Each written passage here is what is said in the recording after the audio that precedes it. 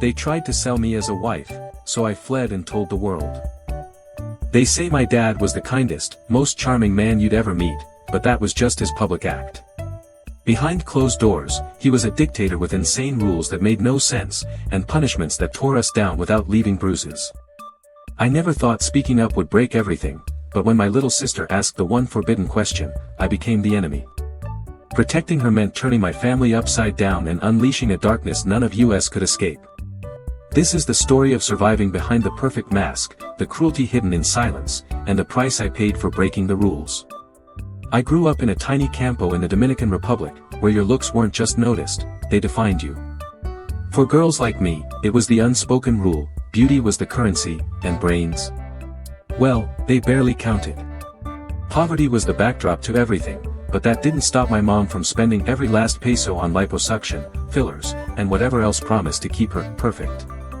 And yeah, she was stunning, glossy brown curls that refused to move, an hourglass figure that stopped people in their tracks, lips so full and heart-shaped they looked photoshopped. But all that beauty, it was a prison. It swallowed her whole, burned her out. From the moment I could walk, my grandmother took control. She was obsessed with the same kind of perfection. Night after night, she taught me how to wrap my thighs in plastic, how to suck in my stomach until I thought I'd pass out, and how to endure the hot comb that scorched my scalp, leaving painful burns so bad I'd gag sometimes. Beauty was pain, literally. My brothers, they were playing baseball, dreaming of escaping poverty through sports, while I was prepping for a future of beauty contests, push-up bras, and dance lessons, the kind that taught you how to throw it back just right so some rich gringo would finally want to sleep with you and maybe, just maybe, marry you. My mom's plan was simple: trap a tourist, pop out a baby, and get out of this life. At school, boys called me Morena Linda, pretty brown girl, and handed me free sodas, flirting like I was some prize on display. My abuela coached me on how to wear the right clothes, how to smile just so, how to be sexy but innocent enough to fool the men. But no one cared about my mind, my dreams, my soul. All that mattered was that I looked good. I hated it, but I learned to survive. Even so, I had tiny rebellions. I stopped saying gracias when men catcalled me because, honestly, why thank someone who saw you as an object? At parties before I turned 16, I snuck in non-alcoholic beer and sipped it quietly.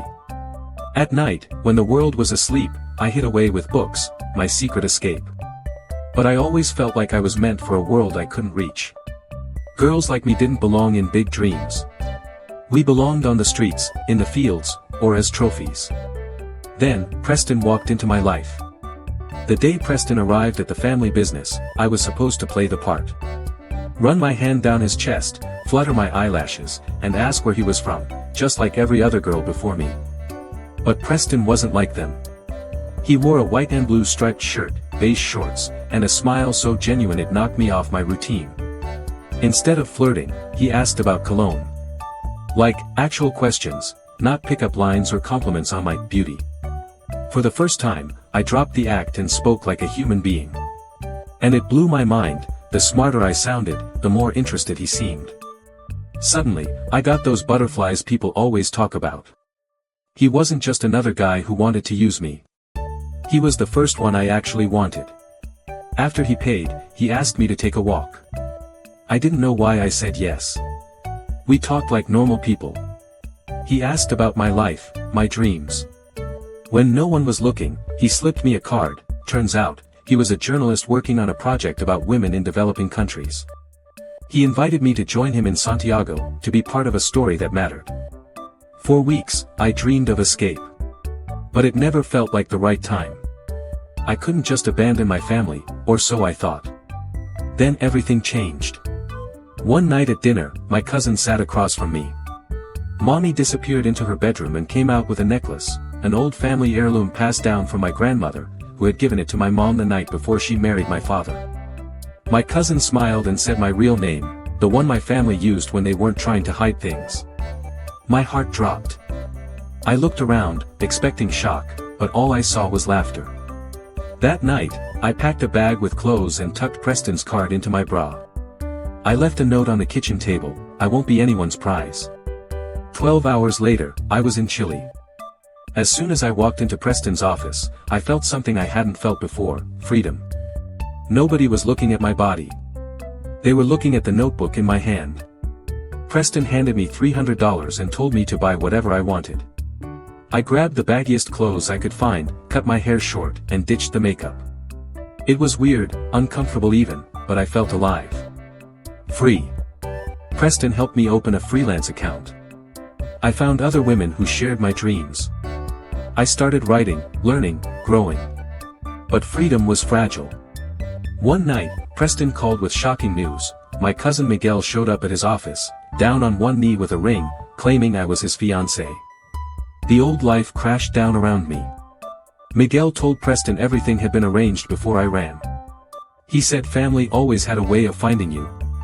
The confrontation was terrifying. Miguel's fake smile twisted into something dark and dangerous. He called my work pretend, dismissed my voice, and threatened me. Preston stood between us, fierce and protective, but the damage was done. My new life was at risk.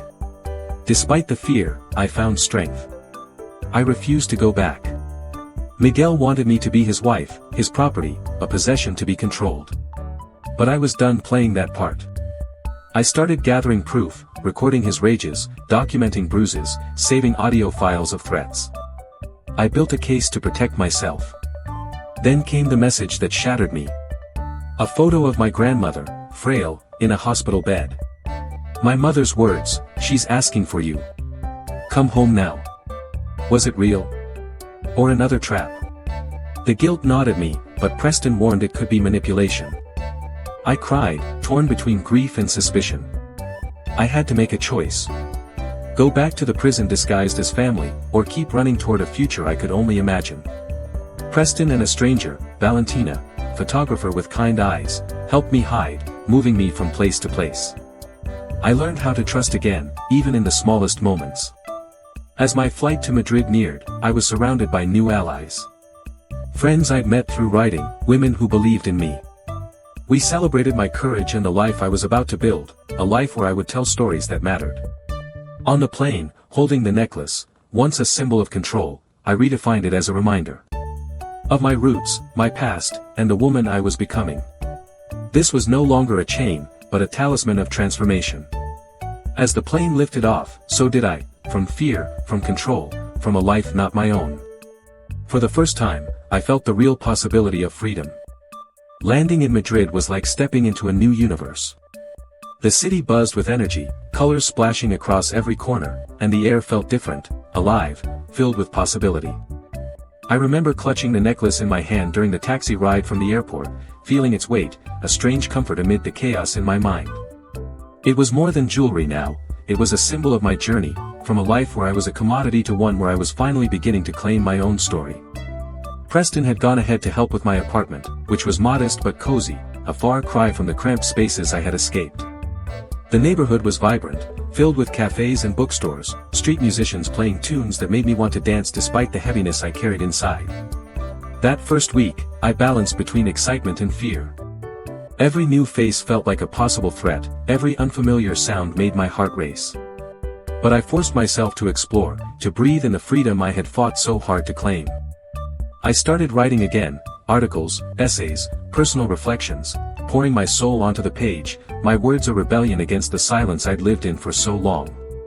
The Madrid magazine, a door to the world. The international magazine Preston had introduced me to wasn't just a job, it was a lifeline. They wanted stories from women like me, women silenced by tradition, poverty, and violence. They gave me the platform to tell what I had lived, what I had witnessed, and what so many others endured in silence. My first piece was raw, unfiltered, about growing up in the Dominican Republic, trapped by beauty standards and family expectations. Publishing it was terrifying. I worried about Miguel finding out, about the shame that still clung to me like a shadow. But the response was overwhelming. Women from all over Latin America reached out, sharing their stories, their pain, their hope. For the first time, I felt I wasn't alone. Learning to live again. Life in Madrid taught me how to reclaim myself. I learned to cook simple meals, navigated the metro system, and discovered the joy of walking without looking over my shoulder. Valentina visited often, her presence a steady reminder that kindness still existed in the world. My Spanish improved, my confidence grew, and I started making friends, other writers, activists, artists, people who saw me as more than just a survivor. They celebrated my voice, encouraged my dreams, and most importantly, believed in my worth. Miguel's threats, the dark cloud. Despite the distance, Miguel's shadow loomed. He wasn't done. His calls to friends in Chile, the mysterious messages Preston intercepted, and the occasional chilling emails reminded me that freedom was fragile. One night, after a particularly bad day at work, I found an anonymous note slipped under my door: "You can run, but you can't hide." My heart froze. The fight wasn't over, but now I had allies, a voice, and a life I was determined to protect. Building a future. I threw myself into my work, using my experiences to shed light on issues that too many preferred to ignore. Domestic violence, exploitation, and the struggle for autonomy became the heart of my writing. Each article was a piece of healing, a stand against the past, and a beacon for the future. As I sat at my desk one evening, gazing out at the city lights, I realized how far I had come. From a scared girl wrapped in plastic at night to a woman claiming her narrative on an international stage. Life in Madrid was a wild mix of freedom and fear. On the surface, I was building a new life, a life I'd dreamed about but never thought possible. I had a small apartment, a job writing for an international magazine, and friends who saw me as more than just a escaped girl. But beneath it all, the shadows of my past kept creeping in, reminding me that escape didn't mean I was safe. It started with a simple email, subject line blank, no sender name, just a picture. It was a photo from the campo, my old home, where I'd grown up and escaped from. The image showed the dilapidated porch of my childhood house, the same one where my mother had tried to sell me like property. The photo was grainy, almost like it was taken from a distance, but I recognized every detail. Attached was a message: "You can run, but you can't hide. We know where you are." My hands shook as I read it. The past wasn't just a memory anymore. It was real, active, stalking me across countries. I wanted to scream, to run, but I was thousands of miles away, and there was nowhere left to run. I immediately called Preston. His voice was calm, a lifeline amid the panic. "We'll figure this out," he said. "But you need to be careful. They're watching." He arranged for a security consultation, and for the first time, I felt the heavy weight of surveillance. Cameras installed around my building, precautions I never thought I'd need in Madrid.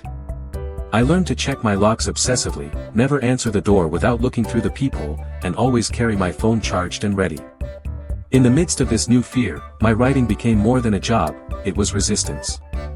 I dug deep into stories of women trapped by systems like mine. Women whose voices were stifled by tradition, violence, or poverty. Each article was a battle cry, a piece of my soul poured out into the world. I wrote about beauty standards that cage young girls, about economic dependency, about the price women pay to break free.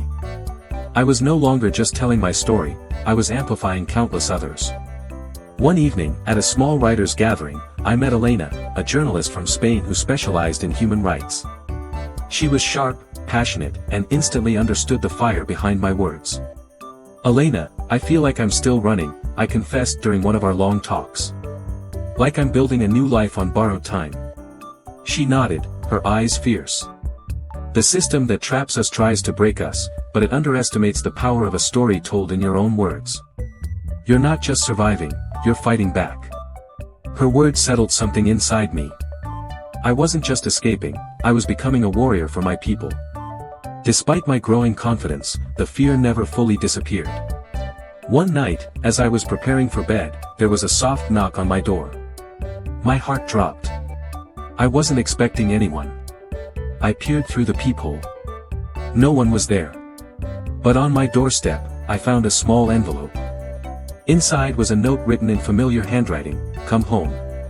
You belong with us." I didn't know whether to feel angry, scared, or sad. The pull of family, no matter how toxic, is complicated. But I folded the note carefully and threw it into the trash. This was my life now. No one could dictate my future, not my mother, not Miguel, not the shadows of my past. Madrid was my home, and my words were my weapon. I doubled down on my work, speaking at conferences, collaborating with activists, and mentoring young women who were beginning their own journeys of escape and empowerment. My voice had become a beacon, a testimony that freedom wasn't just a dream, it was a right. After months of hiding, of watching my back, I made a decision, would go public with my story. Not just the pain, but the strength. The survival. The fight. With Elena's support, I planned a feature that would expose the dark realities of arranged marriages, family violence, and the commodification of women in rural communities like mine. It was risky. There were threats. But the possibility of helping even one girl escape a life like mine was worth it. The day the feature published, I was terrified. But the response was immediate and powerful. Messages flooded in from women who saw themselves in my story, from strangers who wanted to help, from allies who offered resources and support. For the first time, I felt the power of vulnerability and truth. My past was no longer a chain but a bridge, connecting me to a community of survivors and fighters. As I sat in my apartment, watching the Madrid skyline, I thought about how far I'd come. The girl wrapped in plastic at night was gone. In her place stood a woman who refused to be silenced. My journey wasn't over, but for the first time, I was ready. Ready to use my voice, my pen, and my courage to change the narrative, not just for me, but for every girl who deserved to choose her own path. The pressure mounts. When freedom feels like a cage, I thought moving to Madrid would mean safety, but freedom quickly morphed into its own kind of prison. Every day felt like walking a tightrope, balancing hope and fear. One morning, Preston called me urgently, "Mia, we've got a problem. Miguel's been asking around your workplace again, getting aggressive. You need to be extra careful." I swallowed hard, my heart pounding as I whispered, "What can we do?" He suggested tightening security and keeping a low profile, but the truth was, no amount of caution could erase the terror I felt every time I heard a knock or saw a shadow. At night, sleep was a rare visitor. I'd lie awake, replaying memories, fearing Miguel's footsteps might echo down the hall. My writing became both a refuge and a weapon. I poured everything into it, stories about girls like me, trapped by expectations and abuse, stories meant to inspire and expose. But even as I found my voice, the weight of my past bore down. One evening, while working late at a cafe, a man approached me with a smile that didn't reach his eyes. "Mia. I know you," he said smoothly, "I'm here to talk about your family." Panic surged through me, but I kept my voice steady, "I don't know what you mean." He leaned closer, lowering his voice, "They miss you. You can come home." I shook my head, "Home isn't safe for me." I grabbed my bag and left, heart racing, realizing Miguel's reach was longer than I thought. That night, I confided in Preston, "I can't keep running forever. I'm scared." He held my hands, "We'll get through this. You're stronger than you know." The support meant everything. Soon after, Elena connected me with a legal aid group that specialized in protecting women fleeing abusive families. They helped me file restraining orders and set up safety plans. It felt like a lifeline, a way to fight back legally and not just hide. But the fight wasn't just external. Internally, I battled guilt for leaving my family, for betraying my mother even though I knew she was part of the problem. Sometimes I wondered if I was selfish, if I should have stayed to try to change things from inside. But the scars on my body, the lies whispered in dark rooms, the dreams stolen by fear reminded me why I had to leave. As weeks passed, I started building a small circle of friends who understood my story, who cheered for every article I published, who reminded me daily that I wasn't alone. I began to feel a flicker of hope, a fragile sense that maybe this life could be more than survival, maybe it could be thriving. Yet, every time I saw a woman wrapped in plastic, every time I heard a whisper about a girl forced into marriage, I remembered my past and the promise I'd made, to use my voice to fight for change. One cold morning, standing on the balcony of my apartment overlooking the city, I whispered to the wind, "I won't be anyone's prize." And for the first time, I truly meant it. The days blurred together as I settled into this new chapter of my life in Madrid. Each morning, I woke up to the soft light filtering through the curtains, a stark contrast to the suffocating darkness I'd known before. Yet, even in this freedom, the shadows of my past lingered. My grandmother's teachings, my mother's expectations, and Miguel's threats haunted my thoughts, but I refused to let them define me. Instead, I poured my energy into writing, using words as my shield and sword. I spent countless hours researching stories about women in Latin America, their struggles, their triumphs, their resilience. I interviewed survivors, activists, and scholars, weaving their voices with mine to create powerful narratives that demanded attention. My work wasn't just about exposing the dark realities of beauty standards and forced marriages, it was about celebrating strength, hope, and the possibility of change. At times, the emotional weight of these stories threatened to overwhelm me. Some nights, I cried alone in my small apartment, grappling with the pain of what I'd endured and what so many others were still facing. But each tear was a reminder that I was no longer silent. I had reclaimed my voice, and with it came responsibility. Preston remained my steadfast supporter. He helped me navigate the challenges of living alone in a foreign country, from setting up a bank account to understanding Spanish bureaucracy. His belief in me was a lifeline, especially when I doubted myself. One afternoon, as we sat in a bustling cafe, he said, "Mia, your story isn't just yours anymore. It belongs to every girl who's ever been told she's less than. You're changing lives." Those words fueled my determination. I began to attend local workshops and seminars on women's rights, joining networks of advocates who shared my passion. The community was vibrant and welcoming, a stark contrast to the isolation I'd felt for so long. Slowly, I started to envision a future where my past didn't control me, where my experiences could inspire transformation. But freedom came with its own challenges. Navigating cultural differences, learning to trust again, and balancing the urgency of my mission with self-care was a delicate dance. Some days, the weight of responsibility felt crushing, and I longed for the simplicity of ignorance. Yet, I reminded myself that silence was complicity, and my voice was my power. As my articles gained recognition, invitations to speak at events followed. Standing before audiences, sharing my journey and the stories of countless women, I felt a profound sense of purpose. Each nod, each tear, each message of thanks reaffirmed that I was exactly where I needed to be. But the fight wasn't over. Miguel's presence still loomed in the background, a reminder of the life I had escaped but never fully left behind. I knew vigilance was necessary, but I refused to live in fear. I had reclaimed my narrative, and no one could take that away. One evening, as I returned to my apartment, I found a bouquet of flowers on my doorstep with a note, "For your bravery. Keep shining." I smiled through tears, knowing that my journey was not just about escape but about hope, resilience, and the relentless pursuit of freedom. Life in Madrid wasn't a fairy tale, but it was mine, raw, messy, and real. Every day I faced challenges that stretched me in ways I never expected. Learning a new language was a mountain I climbed bit by bit, each word and phrase unlocking a little more of the world around me. I took classes during the day and worked on my articles late into the night, fueled by a determination to rewrite not just my story but the stories of women who had been silenced. My apartment was small but cozy, a safe haven filled with books, plants, and the scattered notes of ideas waiting to become powerful stories. I decorated the walls with postcards from places I dreamed of visiting and photographs of women who inspired me, reminders that I was part of something bigger. Yet, even in this new life, the echoes of my past often crept in. I had nightmares about the threats Miguel made, flashes of my childhood with my mother's plastic wraps and the suffocating beauty standards that had once defined me.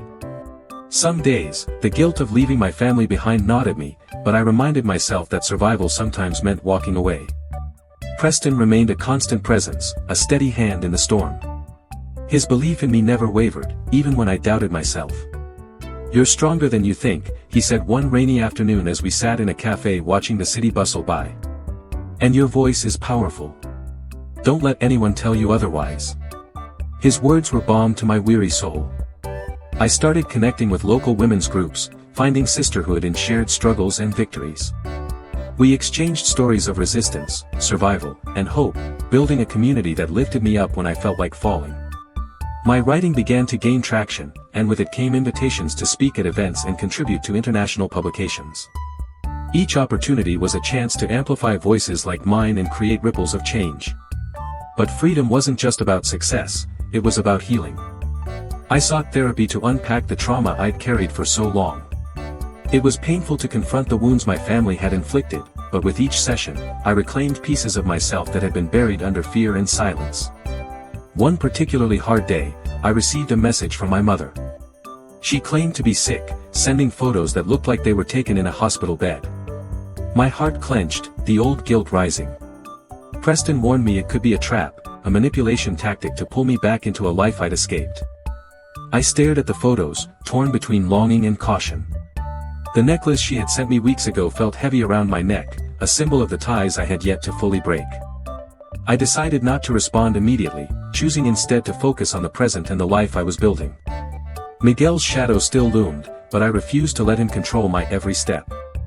One evening, as I walked home from a meeting, I noticed a figure lurking near my building. My pulse quickened, and I texted Preston. He arrived within minutes, reassuring me with his calm presence.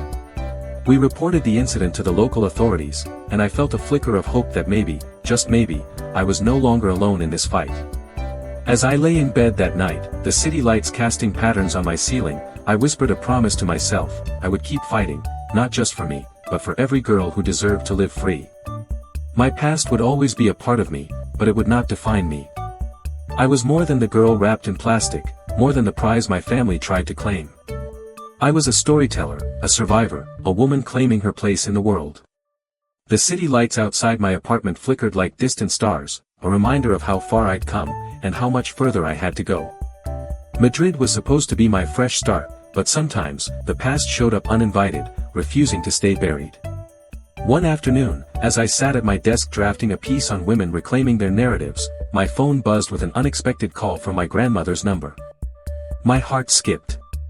I hesitated, then answered. Her voice was weak, fragile, filled with a softness I hadn't heard before. "Mi hija, please come home. I'm sick. I need you." The guilt crashed over me like a tidal wave. Was she really ill, or was this another trap laid by my mother? The voice was real, but the intent, I couldn't be sure. I told Preston, who held my hands and said, "We'll figure this out together. Don't make any decisions based on emotion alone." His presence steadied me as I reached out to friends and professionals who specialized in family dynamics and manipulation. They helped me unravel the complex web of my mother's control, showing me patterns that were hard to face but necessary to understand. Days later, a package arrived, a letter from my mother claiming my grandmother was in a hospital far from where I'd last known her. The letter was laced with pleas and promises, but I sensed the manipulation beneath the words. I made a plan to visit, not to surrender to guilt, but to see for myself and to set boundaries no one could cross. The trip back was bittersweet, each mile closer stirring a mix of anxiety and resolve. When I arrived, I found my grandmother pale but strong, her eyes lighting up when she saw me. The visit was brief but healing, a chance to connect beyond the manipulation, to hold her hand and remind her of the bond we shared. I left with a renewed sense of purpose, knowing that love could coexist with boundaries. Back in Madrid, my work flourished. I wrote about resilience, about breaking cycles, about the strength found in reclaiming one's story. My articles sparked conversations, opened doors, and inspired women across continents. Invitations to speak, to collaborate, to mentor flooded in, and I embraced each opportunity with gratitude and determination. Yet, the shadows of my family lingered. Messages from my mother and cousins still arrived, thinly veiled threats disguised as concern. But this time, I was ready. With Preston and my new community at my side, I faced them head-on, refusing to be silenced or controlled. One evening, at a conference focused on women's rights, I shared my story publicly for the first time. The room was packed, the air thick with anticipation. As I spoke about beauty standards, oppression, and escape, I saw faces nodding in recognition, eyes shining with tears or hope. Afterward, women approached me, thanking me for giving voice to experiences they'd carried in silence. That night, I realized I wasn't alone. My story was part of a larger tapestry woven from countless threads of struggle and triumph. It was a beginning, not just for me, but for all of us who dared to speak and to dream. Though scars from the past remained, they no longer defined me. I had reclaimed my narrative, transformed pain into power, and found freedom not just in escape, but in the courage to confront and to heal. The necklace around my neck felt lighter now, a symbol not of chains, but of strength passed down through generations. As Madrid's skyline glowed beneath a crescent moon, I whispered my promise again, to keep telling our stories, to keep fighting for freedom, to never let fear silence the truth. Days in Madrid blended into one another, but each was a step forward in a journey that was both thrilling and terrifying. The city's heartbeat pulsed through me as I explored winding streets, vibrant markets, and quiet cafes where I wrote, drank endless coffee, and dreamed aloud on paper. My life was no longer about hiding or running, it was about planting new roots and growing into the woman I'd always wanted to be. Still, the past was never far. Sometimes, late at night, when the city's noise faded to a hush, memories crept in like unwelcome guests. I'd see the faces of my mother, cousin, and grandmother tangled in confusion and pain. I'd remember the plastic wraps, the searing heat of the hot comb, the cold stares of people who valued my looks over my mind. But I had learned to breathe through those moments, to acknowledge them without letting them take over. Therapy sessions became lifelines, places where I could unravel the knots of fear and shame. My therapist helped me see that escaping wasn't just physical, it was emotional and mental, too. Healing was messy, non-linear, but every small victory mattered. I connected with a community of women from all over Latin America, sharing stories of oppression, resilience, and hope. Their voices echoed my own struggles, and together we created a chorus too loud to ignore. I started a podcast featuring conversations with survivors, activists, and artists, using my platform to amplify voices that had been silenced for too long. Through it all, Preston remained my steady anchor. We weren't just colleagues anymore, we were friends, confidants, and sometimes each other's biggest cheerleaders. His belief in me pushed me when I doubted myself, his calm presence soothed my anxieties. One evening, as we walked along the river under a canopy of stars, he asked, "What's next for you?" I thought about the path ahead, writing, activism, maybe even mentoring young women like myself. "I want to build something that lasts," I said. "A space where girls aren't taught to hide their minds or bodies. Where they're seen, heard, and valued." Preston smiled, squeezing my hand. "And I'll be there, every step of the way." I realized then that freedom wasn't just about escape, it was about creating a life of purpose, connection, and courage. Madrid was no longer just a city, it was home. And I was ready to make my mark. Even as I built a new life filled with promise and purpose, shadows from the past never fully disappeared. The memories of my campo, the plastic wraps, and the relentless pressure to be a certain kind of woman still lurked beneath the surface, sometimes surfacing unexpectedly. Certain nights, when the city lights dimmed and the hum of Madrid quieted, a wave of anxiety would hit me, an echo of the fear that had once ruled my every step. Social media, once a tool for connection, became a double-edged sword. While it offered platforms to share my story and connect with others, it also brought unwelcome reminders of who I'd escaped from. I'd occasionally receive messages, thinly veiled threats or manipulative pleas, that rattled my nerves but only strengthened my resolve.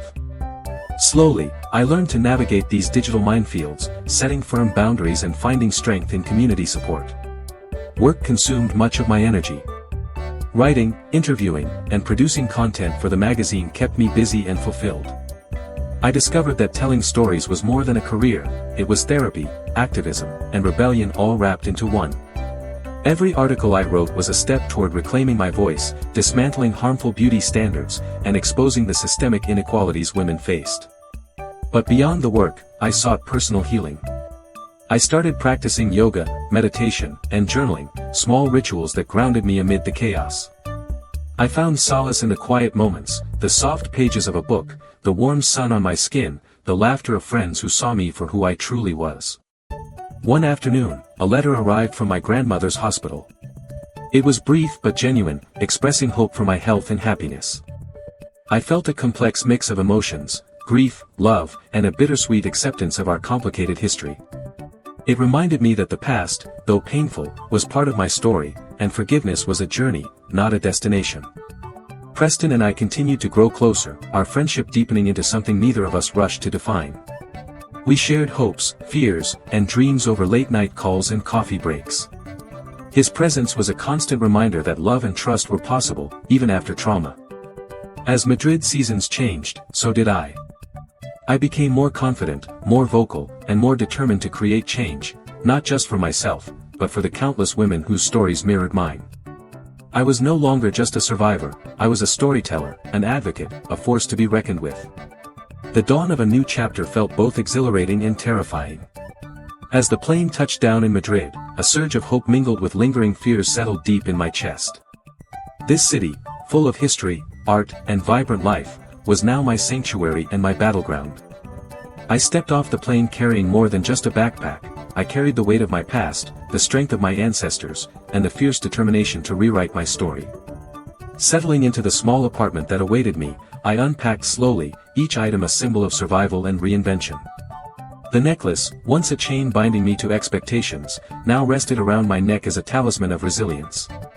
Days quickly turned into weeks as I dove headfirst into my work. Interviews with women fighting societal norms, essays on beauty standards, and stories of empowerment filled my schedule. Every piece I wrote was a beacon for those still trapped in silence, a testament to the power of reclaiming one's voice. But Madrid wasn't just a place for work, it became home. Cafes where I sipped cortados and wrote until dusk, parks where I found quiet reflection, and friends who became chosen family all stitched new threads into the fabric of my life. There were moments of doubt, nights when the past threatened to consume me, and days when the weight of responsibility felt crushing. Yet, with every challenge, I found renewed strength in the solidarity of the women whose lives I touched and who touched mine in return. My mother's texts, once manipulative, eventually slowed. Distance softened the sharp edges of our relationship. Forgiveness was still a distant concept, but understanding began to grow, like tentative buds before spring. Through therapy, writing, and connection, I started to heal in ways I hadn't thought possible. Preston remained by my side, unwavering and patient, a reminder that love can be gentle and healing. Together, we dreamed of a future unshackled by fear and filled with possibility. Looking back, I knew the journey had only just begun. But as I gazed out over the rooftops of Madrid, the sun casting golden hues over the city, I whispered a promise, to myself and to every woman whose story was yet to be told: I am more than what they wanted me to be. I am free, I am strong, and I will never be anyone's prize again.